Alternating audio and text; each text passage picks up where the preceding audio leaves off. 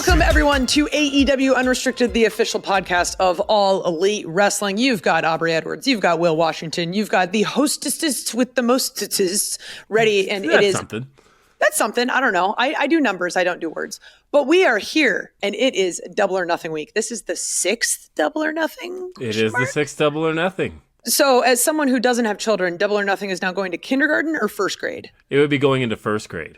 First grade. Wow. So big. Isn't that so insane? wonderful. I mean, no, like when you really think about it, I remember watching the first Double or Nothing with my son, and he was in kindergarten at the time, and now he's going into middle school. So like, oh my God. That is, time is just going crazy. And don't forget, folks, AEW Unrestricted, the official podcast of All Elite Wrestling, is presented by Upper Deck. Collect your favorite wrestlers in 2025 Upper Deck AEW and start your trading card collection today. Unwrap autograph, memorabilia, or premium tech inserts. Visit upperdeck.com to learn more. Love our friends at Upper Deck. I've got, like, we were just talking before the show, I've got so many Upper Deck cards that you cannot see on this desk. But like, because the thing is, we do these Upper Deck reads every single week, and you see them on the show, and you see us go through our cards. All of my cards are still here. Like, every single one of them I've ever opened is right here. Like, I'm pretty sure we talked about Sky Blue like a week ago. I have them designated in like little baggies that say like what edition it is, because they keep sending us new cards, because there's new cards that release all the time. Yeah. And funny enough, I just opened this pack looking for people who are doing the Double or Nothing this weekend, which, by the way, Double or Nothing is this Sunday, May 25th at Desert Diamond Arena in Glendale, Arizona. Funny enough, the first card I pulled out was from last year's Double or Nothing, where Darby Allin came through with the flamethrower. Yes. And I wanted to specifically put this up there because at the time of this recording, Darby Allin is the first and only wrestler to have summited Mount Everest. Which is, it's saying congratulations, Darby. There's an AEW flag at the top. Like, how great is that? Like, that's awesome. Like oh, man. I remember when this all began and all the discussion, like, because it was almost 2 years ago that everything was being talked about, because it was before he hurt his foot the first time.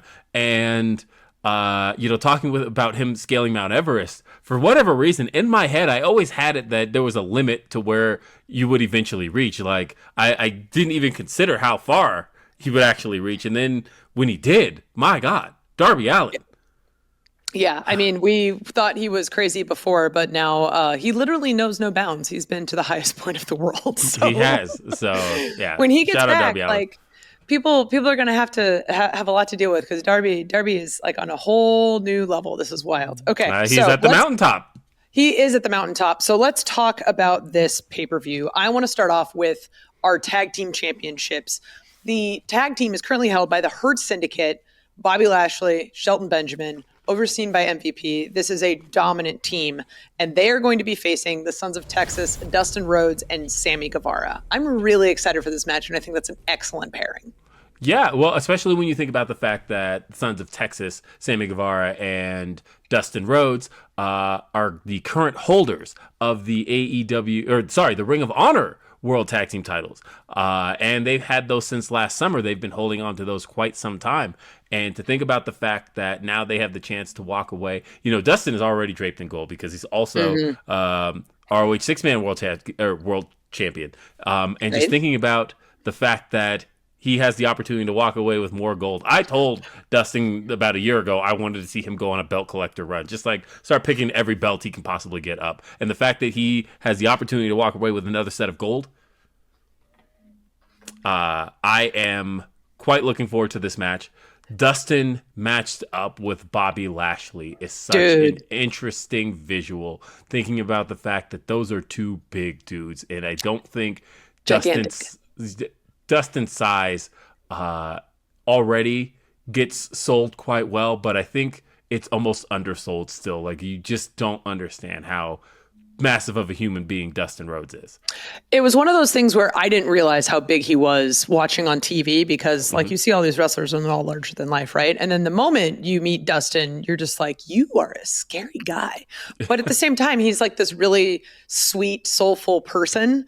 So, but I know he has that streak in him that's like, I am out for blood. I am going to do whatever I possibly can to win this title.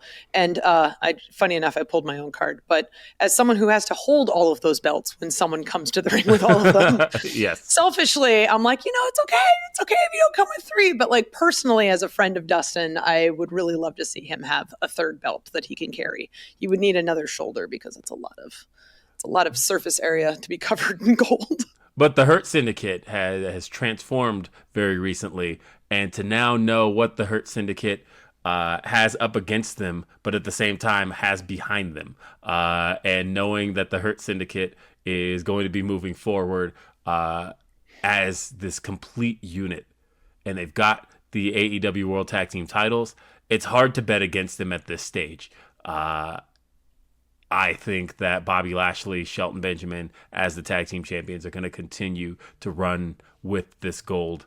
And they're very difficult to bet against. They really are. Like, if you see them in the ring, singles or tag, they're just completely dominant. Like, it is without question, they are some of the strongest competitors on the roster. And then when you have someone like MVP behind you, making sure that those matchups are great, who's incredible on the microphone and just a fantastic business guy doing what he can to put his guys in the best position. Like, this is a team that is just set up for success. So it's interesting going into it. I'm very, very excited to watch this match, but it's hard to know who's going to go one way or another. Like, Sammy is very unpredictable and can do a lot of crazy things. Dustin is just, has been doing this time and time again for across 5 decades now, I think, at this point. Mm-hmm. So he has more experience than anyone else in this ring. But I mean, we've got this incredible tag team in the Hurt Syndicate. So this could go either way. Could go either way. And another match that is taking place on this card that could definitely go either way, because we've seen this outing go either way. We're talking about Ricochet going one-on-one with Mark Briscoe in a stretcher match. Oh, my God. Mark Briscoe threw out the challenge last week on social media, and Ricochet answered. Tony Khan made it official. These 2 individuals are 2 of the best that AEW has to offer. And both are very vocally known for very different reasons. I was curious how you were going to get here. Yeah. And that, we always love hearing from Mark Briscoe. We don't always love hearing from Ricochet because he's got a lot of trash to talk. But at the same time, it's brought these 2 together in a way I don't think anybody was expecting. Mike Bailey said it best not that long ago, where we were talking about, the fans have really come down on Ricochet for being bald. But then you kind of look at it and you're like, but Mark Briscoe's also bald. And then, Mike said, yeah, but Ricochet acts bald. And like, you knew what he meant when he said that. Yeah. And it's like, okay, I absolutely get that. Like, you fully understand what it means for somebody to act bald. And that is Ricochet. But this time, stretcher matches are something special in professional wrestling. We've rarely ever seen them, and when we do, they're always brutal. We're talking about a match where you have to strap your opponent to the stretcher and move them, and that can there's a lot that goes into having to incapacitate your opponent that much, and the fact that it's reached this level between Mark Briscoe and Ricochet, it's really hard to pick a winner in this match because of the fact that I think Ricochet has been on fire this year. I think I am a big Ricochet fan, and I almost have to shield myself when I say that because of the fact that there's a little asterisk there. Well, because he's really good at what he does, he really gets under people's skin, and I definitely see why that is. But also, whatever. But at the same time, I love Mark Briscoe. Yeah, I was going to say, but at the same time, I love Mark Briscoe. Yeah, he is genuinely one of the greatest humans I have met in professional wrestling. He is so kind. But at the same time, when that bell rings, he becomes a complete maniac. When that red light turns on, it's not just when the bell rings. When that red light is on, Mark Briscoe is on a completely different level. And for those 2 to be in the ring one more time with each other with this stipulation, I'm actually nervous for these guys. I am too. Like, when you have that extra added stipulation, it's always kind of fascinating to see how people change their approach to something. Like Ricochet, you and I are both fans of as a wrestler, maybe not as a person in this current moment because he is a little mean. But I've been a fan of Ricochet for a long time. I actually dug up a picture that I took with him before I was ever in wrestling at like a convention. So I've been a fan of Ricochet for a very, very long time. But as you know, Mark Briscoe is one of my good buddies. He's my trios partner. We are successful in-ring competition with each other. So I'm always going to be in Mark Briscoe's corner. But these two guys are both great to watch by themselves in the context of like a standard wrestling rule set match, right? As soon as you let more rules go out the window, who knows what's going to happen? It totally opens the floodgates. We could see some really, really creative stuff. So from a wrestling standpoint, I think I'm more excited to see this match because it has a lot of opportunity to be creative in a way that I don't think a lot of other matches really have had the opportunity yet. I could definitely agree with that. And I think to do it in a stretcher setting is going to be excellent. It's going to be phenomenal. And that's going to be happening Double or Nothing. It is this Sunday. It is in Glendale, Arizona. Yes. You want to get your tickets, AEWTix.com. Be there in person. We've got so much more to talk about. AEW Unrestricted. We're going to be talking about more matches right here. Stay tuned. AEW Unrestricted. It's Aubrey and Will. We're talking about Double or Nothing, which is happening this Sunday, May 25th, Desert Diamond Arena, Glendale, Arizona. Get your tickets, AEWTix.com, or watch it on traditional pay-per-view. You know, it can't be Double or Nothing without talking about what's become one of the craziest annual traditions in AEW, and that is Anarchy in the Arena. And it's happening once again. Yes. And we've got explosive teams that you wouldn't have even expected to be on the same team at this stage, but we've got the Death Riders teaming with the Elite, and on the other side, you got guys like Samoa Joe, you've got Swerve Strickland, you got Willow Nightingale, Kenny Omega. Like, thinking about the experience in this match, like when you think about Anarchy in the Arena, and I think about 2 years ago, right, and it was the former Death Riders, the BCC, right? They were up against the Elite, and now we've got all of a sudden Jon Moxley on the same team as the Young Bucks. And the fact that they were against each other at one point and now they're on the same team feels almost sacrilegious. But here we are. There's clearly an alliance between the Elite and the Death Riders. We still don't fully know the nature of what's going on with these guys. But we do know that they've got some common enemies, guys like Swerve Strickland, who you just brought up, and in that image, in that card, if for those watching on the video version, Swerve is wearing the AEW World Championship, a belt that he won from Samoa Joe. So, like, those two have so much history with each other. It's so deep. Right. And, like, how can those guys coexist? You know, Swerve and Samoa Joe, like, we saw Joe put Swerve through the contract signing that Swerve signed in his own blood. Like, those two go back completely. And to think about the fact that now they're going to have to be on the same team. They're going to have to coexist. Kenny Omega, his previous Anarchy in the Arena experience was tied to the Young Bucks. He was on the same team with them the last time he was in Anarchy in the Arena, and now he's going up against them. And even when you think about Stadium Stampede and the fact that it was always Kenny and the Bucks together, and now he's opposite them. And there's champions in this match. We've got the international champion and the world champion, and then one more factor is this is the first time that women will have competed in Anarchy in the Arena, because Marina Shafir, Willow Nightingale will also be in this match. Like, this feels like such a monumental match to be happening right now, in such a time where AEW TV just feels so hot. And to know that it's all going to come together in this explosive manner. And thinking about hot, we saw fire last year. Like, when we think about the idea we let a dude on fire, there was a car accident. Like, what possibly could more happen? Yeah, I know. And just thinking about how much has taken place over the years in Anarchy in the Arena, and now we're going to be doing it one more time. How could they possibly top what's been done before? And we're in a new setting, like thinking about how those Las Vegas fans have seen Anarchy in the Arena many years. but Phoenix is not. And those fans in Glendale are going to be in for a treat and something they've never seen before.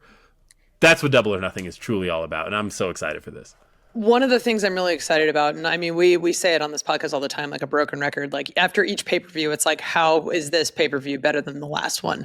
But it's legitimately something we said at like 5:30 in the morning after the very first Stadium Stampede. I'm like, this was so great. How can we possibly top it? And then the next year we did.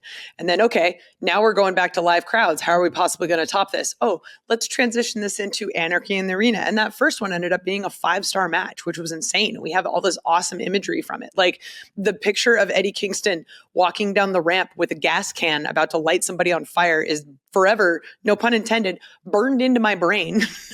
Yeah. But it's okay. It's allowed to take up real estate because it's freaking awesome and badass. So every year, the fact that Anarchy in the Arena, somehow these guys are just so creative. They find new ways to push the limits of what is actually possible in a match like this. And I love that AEW gets to do things like this and have these interesting settings where we can create these cool stories. And also, just as you mentioned, like with Willow and Marina in this, it changes up the story a little bit. It's the first time we've had women competing in Anarchy in the Arena. And the last time we saw Willow and Marina, they were in a match together. And they both got pretty beat up. So, and that was, in the confines of everything's cool. You only can do so many things. But now it's like, okay, we're just writing all the rules off. My job in Anarchy in the Arena as a referee is just make sure nobody dies. Like, and good luck. Everything else, yeah. Oh, buddy. It's just, you just kind of like drink an extra cup of coffee and hope for the best. That's what the day feels like. And honestly, I think the thing I'm most excited about is that, of everybody I named, there's at least 4 people in this match that have competed in Anarchy in the Arena before.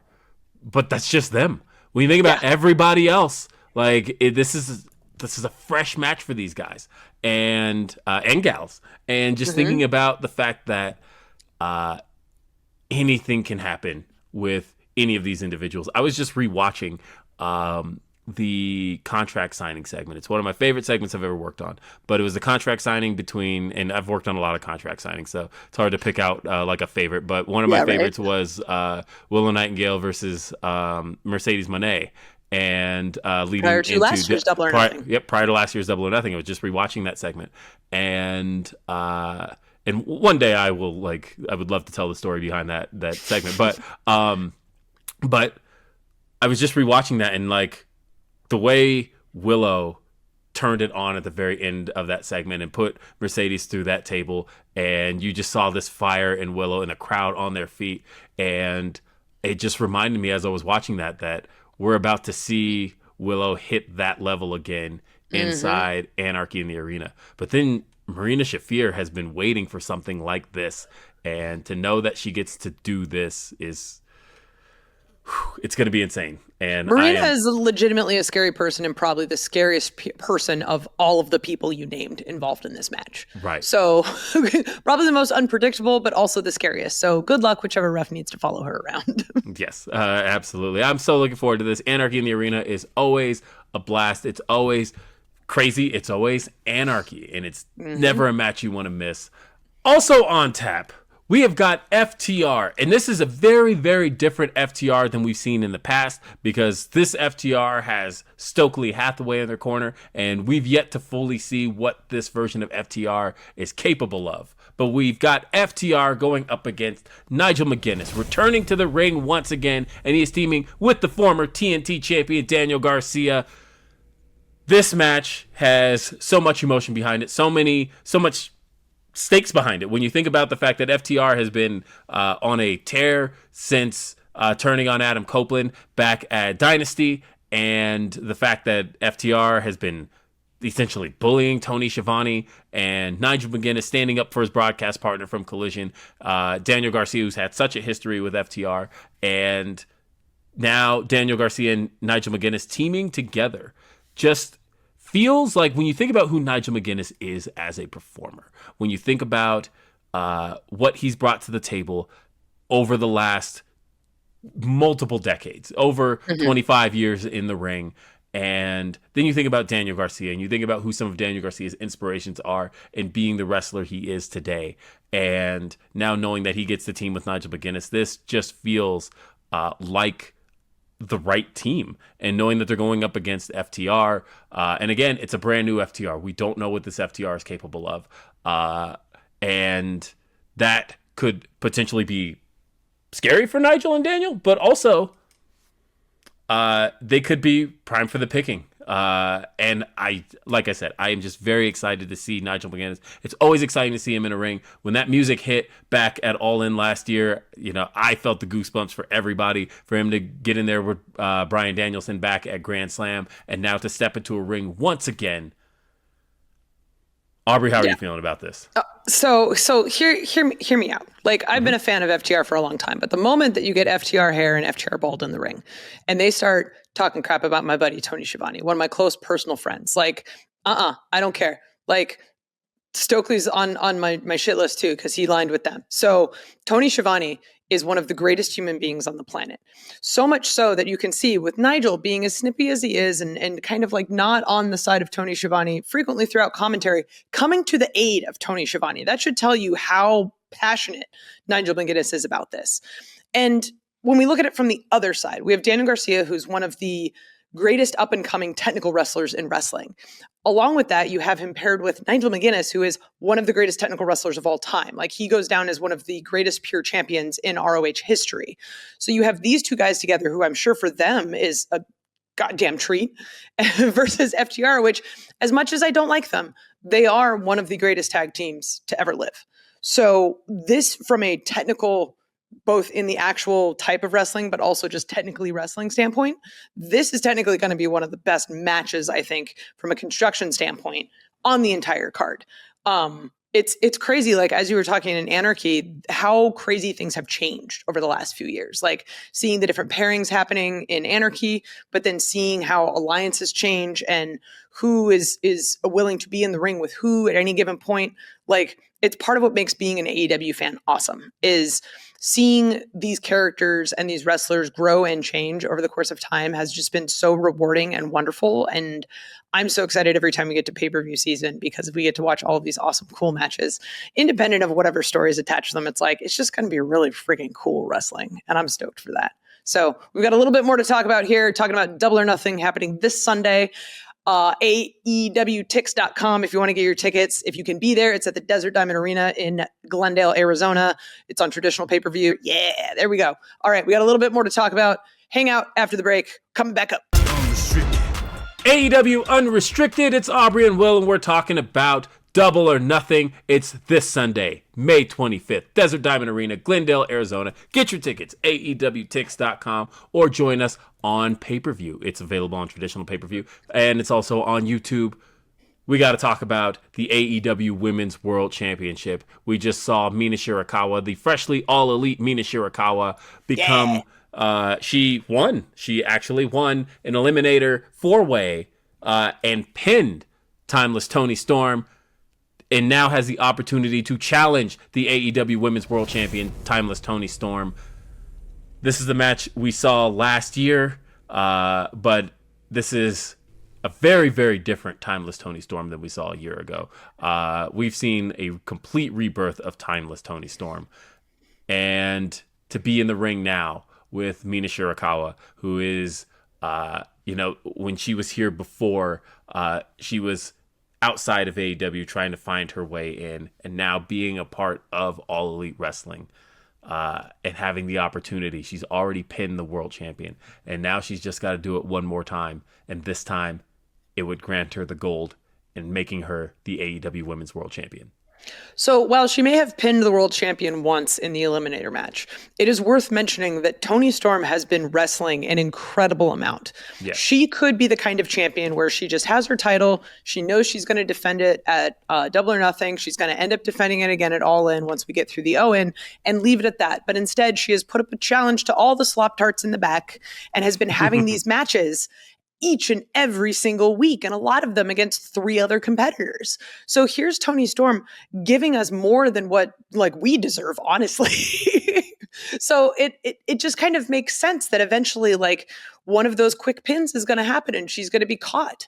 And to be Mina, someone who's essentially coming back from her past, creating sort of a new identity for herself in AEW as someone who is all elite. This is just going to be a really great match because we know what we're getting here. We're getting timeless Toni Storm, who's one of the greatest wrestlers today in wrestling, versus Mina Shirakawa, who had an incredible run in Japan, who we've seen time and time again on AEW television, and she's just phenomenal. So as far as wrestling on the show, not even women's wrestling, I think this match is going to be absolutely wonderful. It's gonna slap. It's not gonna slop, but it's gonna slap. Now, when we saw this match before, it was at Forbidden Door last year, and again, this was it was a very different Toni Storm. It was a Toni Storm that definitely had a knife pointed at her back, and we just weren't sure when it was going to be turned yet. And now to know that, that factor is not involved in this match anymore. This is now Toni Storm versus Mina Shirakawa, and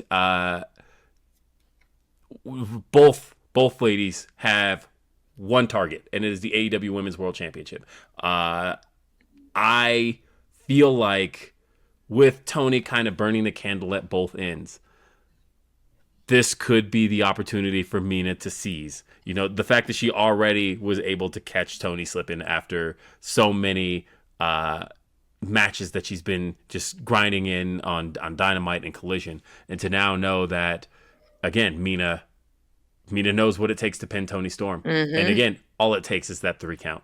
Nothing else matters. Nothing else matters but getting that 3.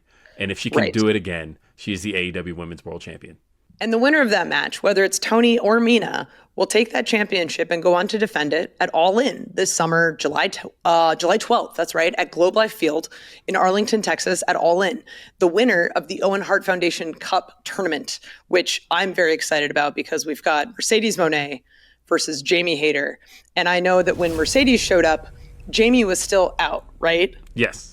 Because all I could see online was just the discourse of how much people wanted to see this match. Like, this was a dream match. And the fact that this is actually going to be happening this weekend on Sunday, I am so excited. Like, it doesn't even matter who wins this one. I'm just stoked. Like, it's one of those, I just get to sit and watch wrestling and just be excited and be happy that wrestling is a thing. Yeah. Mercedes had her first AEW match last year at Double or Nothing when she won the TBS championship from Willow Nightingale, and thinking about the fact that Jamie was gone for a very, very long time, to the point of where here's a stat: the last pay-per-view that Jamie actually wrestled at was Double or Nothing in 2023 when she lost the AEW Women's World Championship to Toni Storm.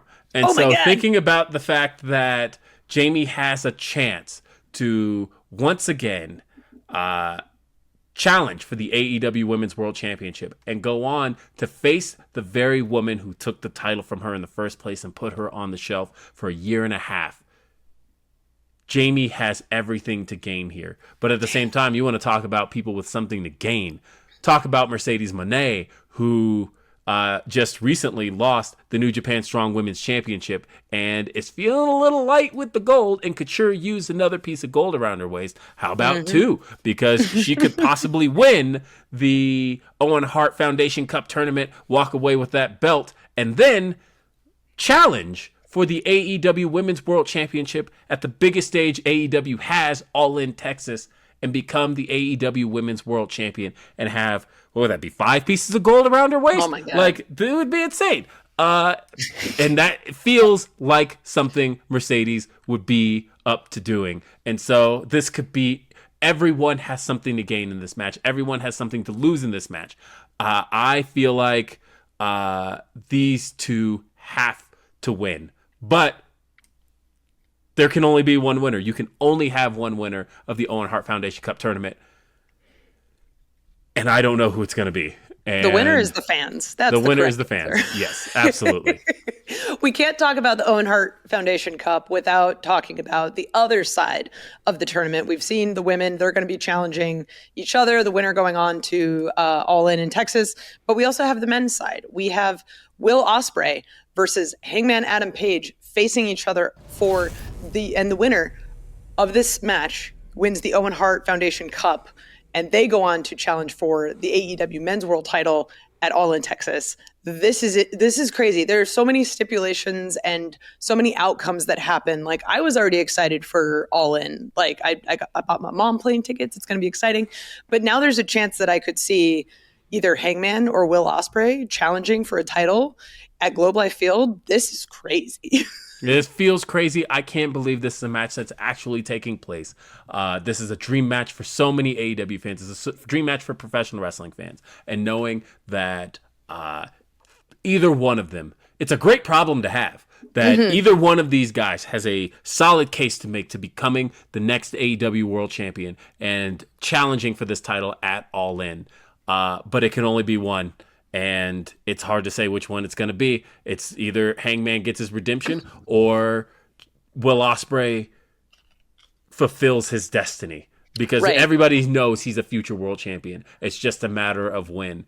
And this could possibly be his moment. But at the same time, Hangman has been missing that gold for far too long. It's one of those things where if you told me the winner is going to be someone who is an incredible wrestler, a kind human being, a beautiful blonde who has won the hearts of AEW fans, I don't know who you're talking about because that's both of them. Yes, that is absolutely true. And it feels like, when you hear those screams happen the second those two are in the ring together, like that's how you know you've got something magic. And Hangman Adam Page versus Will Ospreay at Double or Nothing feels like magic. It feels special. You want to watch Double or Nothing. You want to be a part of Double or Nothing. AEWTix.com is the way to be there. Desert Diamond Arena, Glendale, Arizona. You have to join us on pay-per-view if you can't be there. Traditional pay-per-view. We are on YouTube. And don't forget, folks, that we also want you to continue to check out this podcast. And this podcast is sponsored in part by Upper Deck. Collect your favorite wrestlers in 2025 Upper Deck AEW and start your trading card collection today. Unwrap autographed memorabilia or premium tech inserts. Visit upperdeck.com to learn more. You can listen to and follow this podcast, AEW Unrestricted, at Apple Podcasts, Spotify, or wherever you get your podcast. And check out the video episodes on our YouTube channel and see our pretty faces.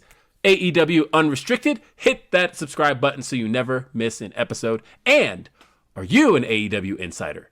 Get early access to ticket pre-sales, special merchandise offers, and more straight to your inbox. Sign up today at AEWTix.com. And don't forget, AEW Dynamite on TBS Wednesdays at 8 p.m. and streaming on Max. And AEW Collision live every Saturday on TNT, also streaming on Max. ROH streams every Thursday on Honor Club. I'm Will Washington. She is Aubrey Edwards. We'll see you next time. Have a great day. Peace.